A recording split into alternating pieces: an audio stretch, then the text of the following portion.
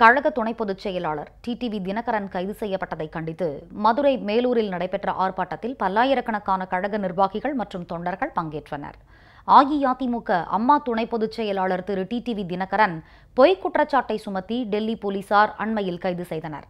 இதற்கு பல்வேறு கட்சிகளின் தலைவர்களும் அமைப்புகளும் பொதுமக்களும் கழக தொண்டர்களும் கடும் கண்டனம் தெரிவித்து வருகின்றனர். இந்நிலையில் திரு டிடிவி தினகரனை கைது செய்த டெல்லி போலீசாரை கண்டித்து இன்று மதுரை மேலூரில் மாபெரும் கண்டன ஆர்ப்பாட்டம் நடைபெற்றது. இந்த ஆர்ப்பாட்டத்தில் கர்நாடக மாநில அஇஅதிமுக செயலாளர் திரு வ. புகழேந்தி, கழக கொள்கை பரப்பு துணை செயலாளர் திரு நாஞ்சில் சம்பத், முன்னாள் எம்எல்ஏ திரு ஆர். சாமி மற்றும் நிர்வாகிகள், தொண்டர்கள், பொதுமக்கள் உள்ளிட்ட பல்லாயிரக்கணக்கானோர் கலந்து கொண்டனர். இந்த ஆர்ப்பாட்டத்தின் போது பேசிய திரு வ. புகழேந்தி, விசுவாசத்தை மறந்து செயல்பட்டு வருபவர் ஓ. பன்னீர்செல்வம் என குற்றம் சாட்டினார். அருமைக்குரிய அன்பு சகோதரர் திருமாவளவன் அவர்கள் கேட்டிருக்கிறார்கள். கம்யூனிஸ்ட் கட்சியினுடைய தோழர், மதிப்பிற்குரிய கம்யூனிஸ்ட் கட்சியுடைய தலைவர்கள் முத்தரசன் போன்றவர்கள் கேட்டிருக்கிறார்கள். பலர் கேட்டுக் கொண்டிருக்கிறார்கள். நான் கேட்கிறேன், பணத்தை பிடித்திருக்கிறேன் அல்லவா 50 லட்சம் ரூபாயை இரட்டை சின்னத்திற்காக என்று சொல்லி நீங்கள் பிடித்திருக்கிறீர்கள் அல்லவா?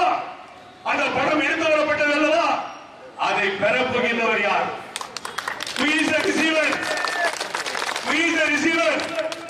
தேர்தல் ஆணையத்திலே இந்த தேர்தலை வேண்டும் என்று நாடகம் நடத்தி நிறுத்தினார்கள். கர்நாடகாவிலே குண்டர்பேட்டையிலும் சாம்ராஜ்யத்திலும் 2 தேர்தல் நடைபெற்றது.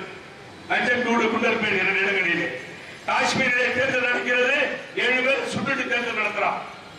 ஆனா இங்க தேர்தல் நிறுத்தப்பட்டது.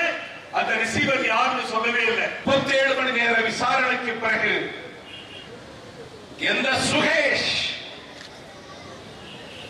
மூலமாக தினகரன் பணம் கொடுத்தார் என்பவர்கள் இந்த பொய் வழக்கை புரிந்தார்களோ, அந்த சுகேஷே எனக்கு டிடிவி தினகரனை முன்னும் இன்னும் பார்த்ததில் எனக்கு தெரியாது என்று சொன்னதற்கு பிறகு ஒரு டெமோக்ராட்டிக் கண்ட்ரி, ஒரு ஜனநாயக நாட்டில் ஒன்றிணைக்குழை தொண்டர்கள் கொண்ட ஒரு கட்சியினுடைய துணை பொதுச் செயலாளரை கைது செய்து கலாக்கரகத்தில் அடைத்திருக்கிறீர்களே, அப்படி என்றால் இதிலே ஒரு மிகப்பெரிய அரசியல் சதி இல்லையா?